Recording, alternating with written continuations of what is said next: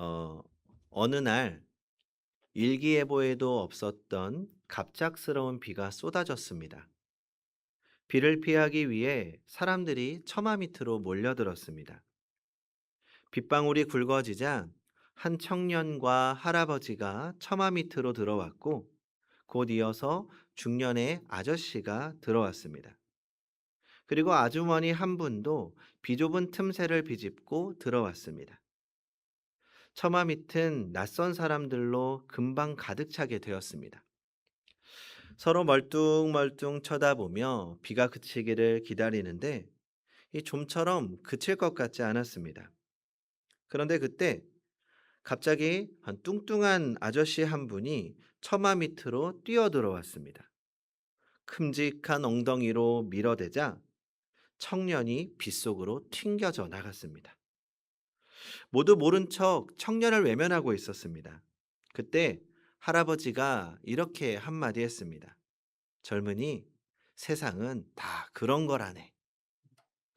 청년은 물끄러미 할아버지를 쳐다보다가 길 저쪽으로 비를 맞으며 뛰어갔습니다.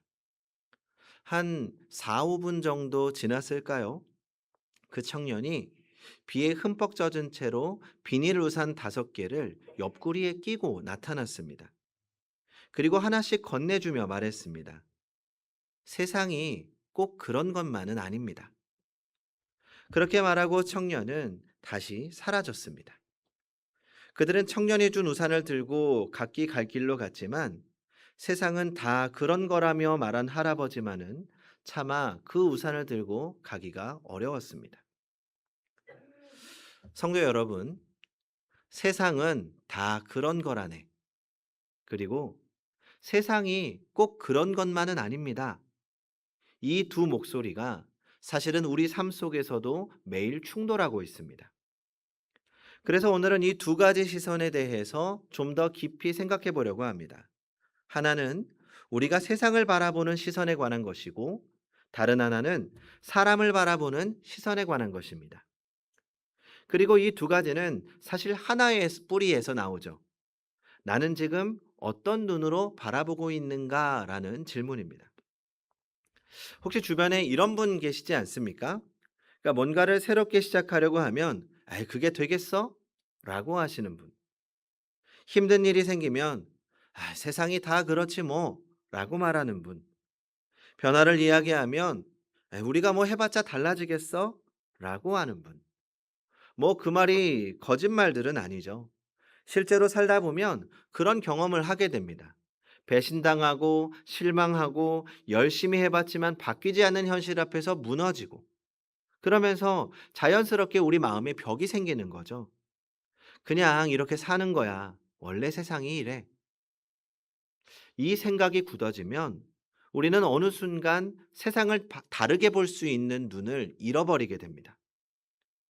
그런데 이건 단순하게 뭐 성격의 문제나 기질의 문제가 아닙니다. 이것은 시선의 문제죠. 무엇으로 세상을 보느냐라는 겁니다. 심리학에 이 골렘 효과라는 개념이 있습니다. 이 피그말리온 효과는 많이 들어보셨죠? 누군가에 대한 긍정적인 기대가 그 사람을 실제로 성장하게 한다는 겁니다.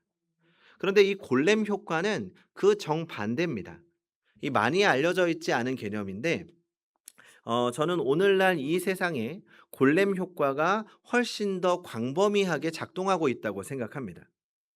이 골렘이라는 말은 16세기 유대 설화에 등장하는 말입니다. 이 골렘은 한 랍비가 흙으로 빚어서 생명을 불어넣은 존재인데 이 원래의 목적은 유대인 공동체를 보호하기 위한 것이었습니다. 그런데 이 골렘이 점점 흉포해지더니 결국 모든 것을 파괴하고 말았던 거죠. 보호하려고 만들었는데 오히려 파괴로 끝이 난 겁니다. 이 골렘이라는 말은 히브리어로 아직 형질이 이루어지지 않은 것, 즉 미완성이라는 뜻입니다. 그러니까 누군가를 미완성으로 가능성 없는 존재로 바라보는 시선, 이것이 골렘 효과입니다. 그러니까 낮은 기대는 이 처음엔 자신을 보호하는 것처럼 느껴집니다. 그러니까 기대를 낮춰야 실망도 하지 않으니까요. 그런데 그 시선이 실제로 그 사람의 가능성을 닫아버린다는 겁니다. 그리고 더 무서운 건 다른 사람에 대한 시선뿐만 아니라 우리 자신에게도 똑같이 적용된다는 거죠. 나는 어차피 안 돼. 우리 집은 원래 이래. 나는 이 나이에 이미 늦었어. 이런 말들이 단순한 체념처럼 들리지만 사실은 자신의 삶의 가능성을 스스로 닫아가는 과정입니다. 내가 그렇게 나를 보는 순간 나는 실제로 그쪽을 향해서 움직이게 되는 거죠. 바울이 로마서 12장 2절에서 한 말이 바로 이런 맥락에서 읽혀져야 합니다. 너희는 이 세대를 본받지 말고. 자, 그러면 이 세대를 본받는다라는 게 무슨 뜻일까요? 단순히 뭐 세상 문화를 따라가는 것, 뭐 이런 것만이 아닙니다. 세상이 정해놓은 시선으로 세상을 바라보는 것. 그러니까 세상이 저건 불가능해라고 하면 그 눈으로 세상을 보고, 세상이 저런 사람은 쓸모없어라고 하면 그 눈으로 사람을 바라보는 것. 세상이 지금 형편을 이러니까 이게 현실이야라고 하면 그것을 마지막 결론으로 받아들이는 것. 그것이 이 세대를 본받아 살아가는 겁니다.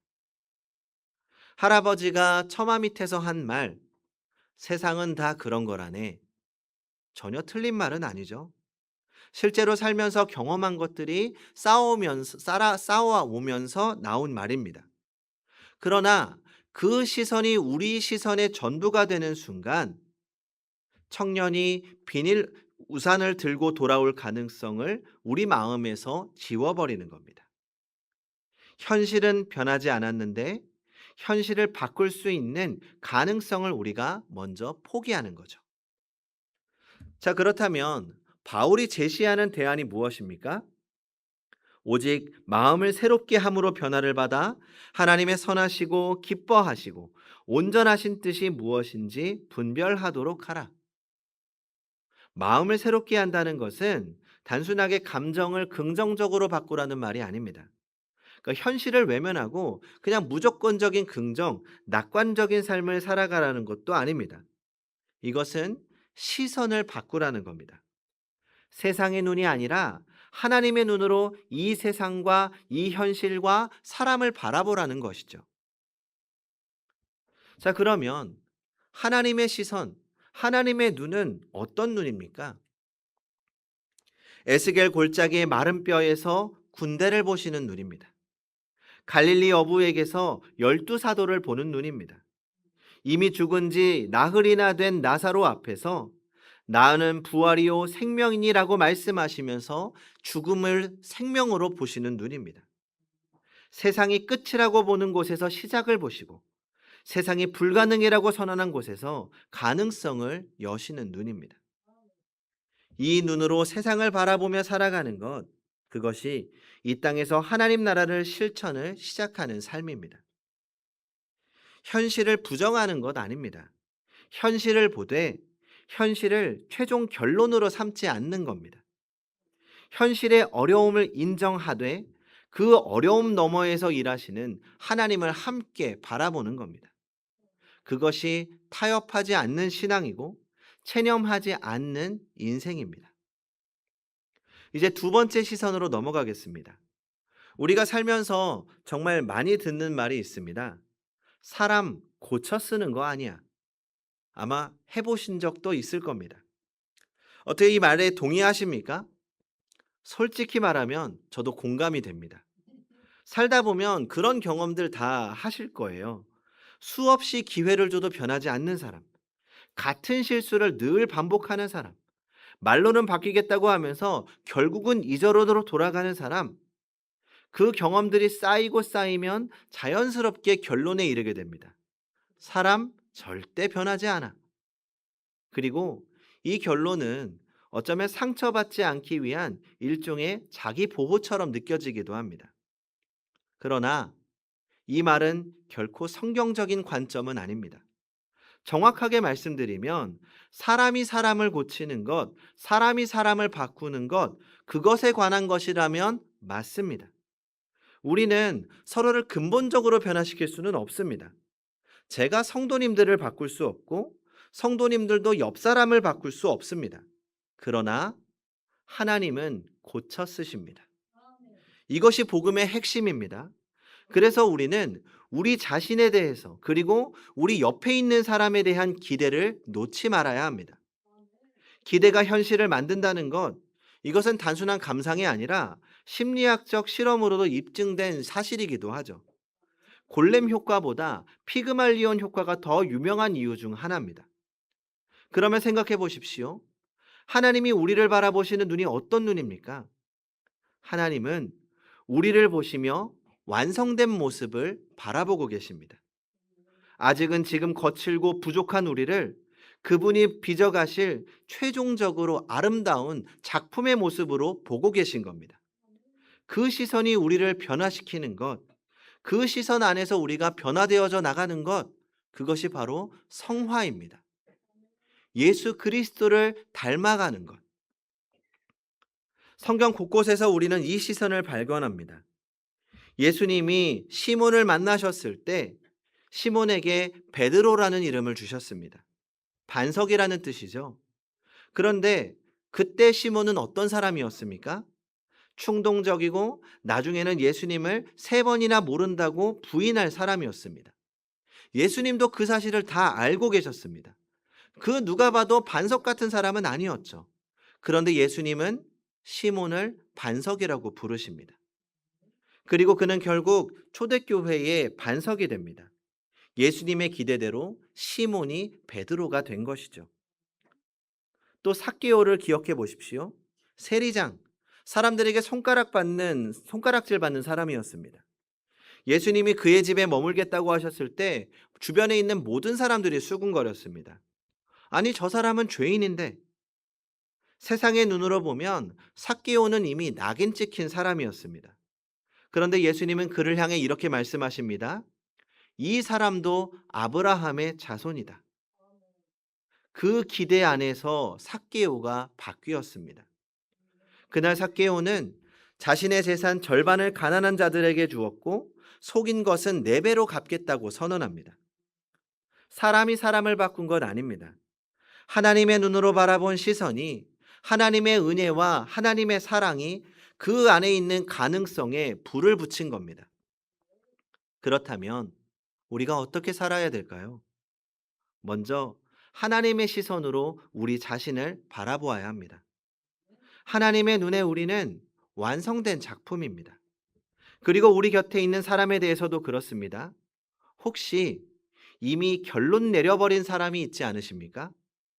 그 결론을 하나님께 돌려드리십시오. 우리가 포기한 그 사람을, 우리가 안 된다고 생각하는 그 사람을 하나님은 아직 포기하지 않으셨습니다. 성화는 혼자 이루어지지 않습니다. 성령께서 우리 안에서 일하시지만 그 일하심의 통로 중 하나가 바로 공동체의 시선입니다. 누군가 나를 하나님의 눈으로 바라봐 줄 때 나는 그 시선을 통해 나 자신을 발견하게 됩니다. 우리가 서로에게 그 시선이 되어주는 것, 그것이 교회 공동체가 해야 될 일입니다. 이 시간 우리 옆에 계신 성도님들을 바라보면서 이렇게 한번 이야기해 보겠습니다. 한번 바라보면서 당신은 하나님의 작품입니다. 네, 다른 분 바라보면서 당신은 하나님의 작품입니다. 자, 이번에는 내가 속으로 전혀 변할 것 같지 않았다고 생각한 그 사람을 바라보면서 당신은 하나님의 작품입니다. 네, 부부가 바라보시는 것 같기도 하고, 네, 진심으로 그렇게 바라보시는 건 아니겠지만 우리는 모두 하나님의 작품입니다. 하나님께서 우리를 완성된 모습으로 이미 바라보고 계십니다. 다시 처마 밑의 이야기로 돌아가 보겠습니다. 청년이 비를 맞으며 뛰어갔을 때 사람들은 아무것도 기대하지 않았을 겁니다. 밀려난 사람이 돌아올 거라고 기대하는 건 오히려 그게 이상한 일처럼 느껴지는 세상이니까요. 그런데 청년은 돌아왔고 정확하게 우산 5개를 들고 왔습니다. 처마 밑에 있던 사람들의 수였죠. 여기서 우리가 주목해야 될 것이 바로 그 우산의 숫자입니다. 자기 것 하나가 아니었습니다. 하나 들고 와서 자랑한 것도 아니었고 자기를 밀어낸 그분의 그 사람과까지 포함해서 거기 있던 모든 사람의 것을 준비해서 돌아온 겁니다. 정말 솔직하게 저라면 아마 3개 가져왔을 것 같습니다. 뚱뚱한 아저씨, 할아버지 것 빼고 말이죠. 하지만 하나님의 논리는 다릅니다. 세상의 논리는 나를 밀어낸 사람은 외면하는 것이지만 하나님의 논리는 나를 밀어낸 그 사람의 우산까지 들고 돌아오는 것입니다. 그리고 저는 이것이 우리가 꿈꾸어야 할 교회의 모습이라고 생각합니다. 모두가 세상이 다 그런 거야 라고 말할 때 꼭 그런 것만은 아닙니다 라는 말과 삶으로 보여줄 수 있는 공동체, 사람을 포기하는 것이 아니라 가능성을 붙드는 공동체, 서로를 하나님의 눈으로 바라보며 그 시선으로 서로를 세워가는 공동체가 바로 하나님이 꿈꾸시는 공동체이기 때문입니다. 성도 여러분, 지금 세상은 다 그런 거야 라는 목소리가 울려오는 자리가 있으십니까? 포기하고 싶은 관계가 있으십니까? 이미 결론 내려버린 사람이 있으십니까? 아니면 스스로에 대해서 이미 가능성을 접어버린 부분이 있으십니까? 그 모든 자리에서 하나님이 오늘도 말씀하고 계십니다. 꼭 그런 것만은 아니다. 나는 아직도 일하고 있다. 그 음성을 붙드시기 바랍니다. 그리고 비를 맞더라도 우산을 들고 돌아오는 사람이 되시기 바랍니다. 나를 밀어낸 그 사람의 것까지 챙겨서 이 세대를 본받지 않는 삶으로 마음을 새롭게 함으로 변화를 받아서 이 땅에서 하나님의 나라를 이루어가는 우리 모두가 되기를 주님의 이름으로 축원합니다. 기도하겠습니다.